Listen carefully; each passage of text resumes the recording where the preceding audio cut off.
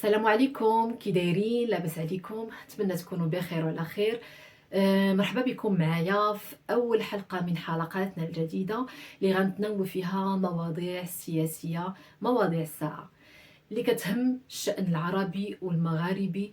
ان شاء الله غادي ننقل لكم هذه الاخبار هذه بناء على ما جاءت به الصحف والمواقع الالكترونيه العربيه والمغاربيه.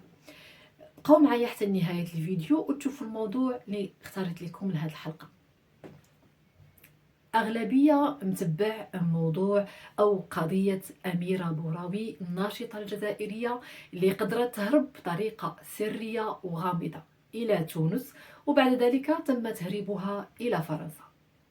استدعت الجزائر يوم الأربعاء 8 فبراير 2023 سفيرها لدى فرنسا للتشاور بعد عملية الإجلاء السرية والغير القانونية للناشطة الجزائرية أميرة بوراوي.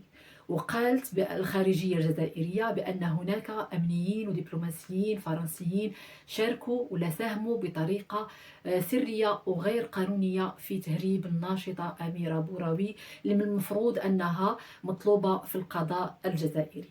هذا الشيء اللي كيمس بسيادة البلاد.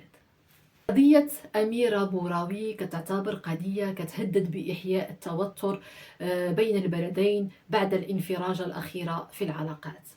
الناشطة الجزائرية أميرة بوراوي اللي كانت ممنوعة من مغادرة الجزائر، وقفتها الشرطة التونسية عندما كانت تحاول ركوب طائرة متوجهة إلى فرنسا لأنها كانت كتواجه خطر الترحيل إلى الجزائر.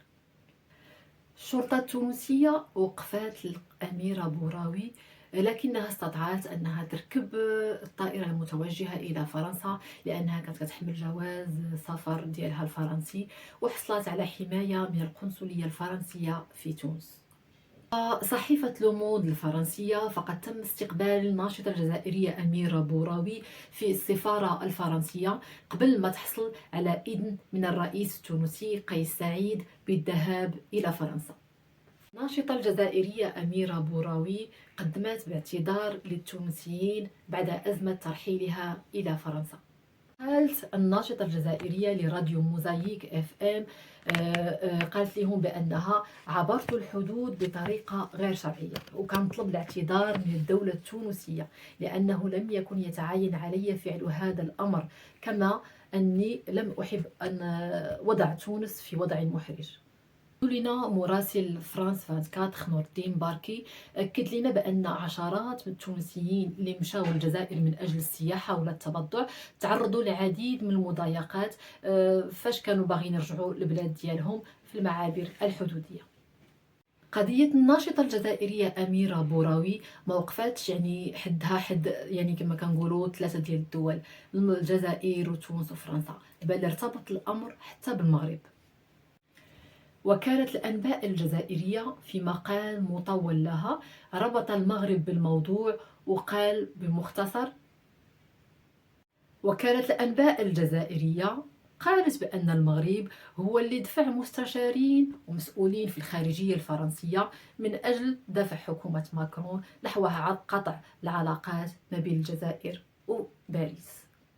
وتنابعت الوكالة الجزائرية وقالت بأن المصالح الفرنسية لم تعد تخفي مناوراتها، بل أصبحت تعلنها أمام الملأ وفي وضح النهار، وها هي اليوم على وشك بلوغ الهدف ديالها، اللي هو إحداث القطيعة في العلاقات الجزائرية والفرنسية.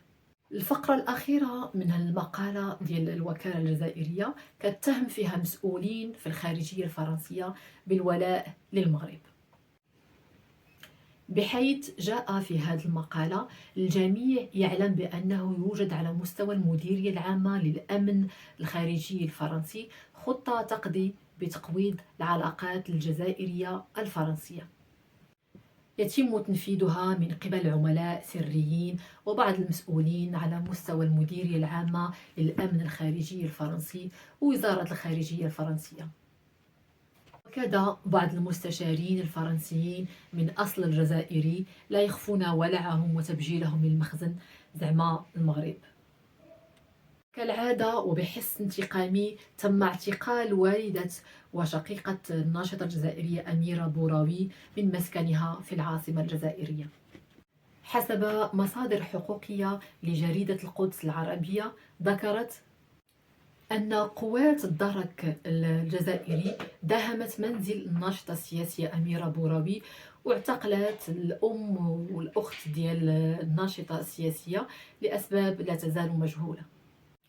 وهنا تنتهي الحلقة ديال اليوم. كنتمنى نكون شرحت لكم قضية الناشطة السياسية أميرة بوراوي ولو بشكل مبسط، ونقلت لكم التطورات ديال هذه القضية. خليت لكم راحة الله، وديما ديما مغرب ولا غالب إلا الله.